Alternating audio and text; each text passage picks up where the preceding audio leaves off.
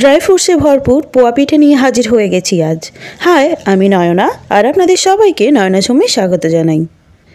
হাতে থাকা অল্প সময়ে এই পৌষ সংক্রান্তিতে ঝটপট বাড়িতে বানিয়ে ফেলুন আর সবাইকে খুশি করে দিন। আর হাতের কাছে যদি থাকে কিছু ড্রাই ফ্রুটস তাহলে এখনই তৈরি করে ফেলুন এই মালপোয়া। এখানে আমি প্রথমে কাজু নিয়ে নিয়েছি, কাজুগুলোকে ছোট ছোট চপ করে নিচ্ছি, যতটা ছোট পারা যায়, তবে এটাকে ব্লেন্ডারে গুঁড়ো করে নেবেন না, এভাবে ছুরি দিয়ে ছোট ছোট টুকরো করে দেবেন। এবার নিয়ে নিয়েছি কিছু পেস্তাগুলোকেও এভাবে ছোট ছোট চপ করে নিচ্ছি। আপনাদের হাতের কাছে যাই ড্রাই ফ্রুটস থাকবে সেগুলো দিয়েও বানিয়ে নিতে পারেন। আমার হাতের কাছে এগুলো ছিল তাই আমি এগুলো নিয়ে নিয়েছি। আপনাদের কাছে যা থাকবে সেটা দিয়েই এই পোয়া পিঠে বানিয়ে নিতে পারেন। এবার নিয়ে নিয়েছি কিশমিশগুলোকেও ছোট ছোট টুকরো করে নিচ্ছি। এটা টুকরো হয়ে গেছে, এক সাইডে রেখে দেব। এবার নিয়ে নিচ্ছি 1 কাপ চালের গুঁড়ো।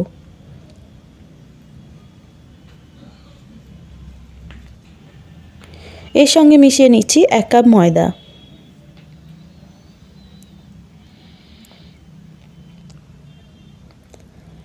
এবারে নিয়ে নিচ্ছি 1 কাপ চিনি একটু কম বেশি করে নিতেই পারেন আপনারা। এবার স্বাদের জন্যে 1 চিমটে মতো লবণ আমি অ্যাড করছি।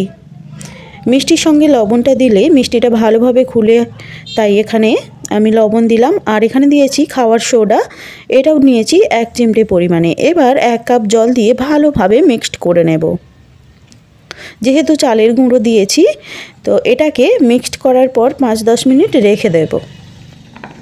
আর এটাকে খুব ভালোভাবে মিক্সড করে নিচ্ছি যাতে কোনো লাম্পস না থেকে থাকে, আর চিনিটা ভালোভাবে যেন গুলে যায়, তাই এটাকে ভালোভাবে ফেটানোর মতো করে মিক্সড করে নিচ্ছি। এবার আগে থেকে কেটে রাখা ড্রাই ফ্রুটসগুলোকে আমি এর মধ্যে দিয়ে দিচ্ছি। এটাকে দেওয়ার পরেও ভালোভাবে মিক্সড করে নেব।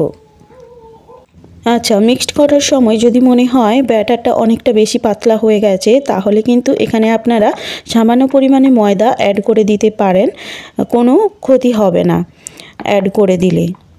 তো এবার ভালোভাবে তেল গরম হয়ে উঠতেই আমি একটা একটা করে দিয়ে দিচ্ছি, হাতা দিয়ে এটা দিচ্ছি। আর হাতার পরিবর্তে আপনারা বাটিও ব্যবহার করতে পারেন, তবে তেলে একটার বেশি একসঙ্গে দেবেন না। আর একটা করে দেওয়ার পর ওপর থেকে তেল এভাবে ছিটিয়ে দিচ্ছি। ওপর থেকে তেল ছিটলে এটা কিন্তু লুচির মতো ফুলে উঠবে। দেখতেই পাচ্ছেন সুন্দর ফুলে উঠেছে। এবার এটাকে উল্টে দেব, আর উল্টে পাল্টে একেবারে লাল করে ভেজে নিলেই রেডি হয়ে যাবে ঝটপট ড্রাই ফ্রুটসে ভরপুর পোয়া পিঠে। তো বন্ধুরা, রেসিপিটি কেমন লাগলো অবশ্যই কমেন্ট করে জানাবেন, আর ভালো লাগলে একটা লাইক করবেন, শেয়ার করবেন। ধন্যবাদ।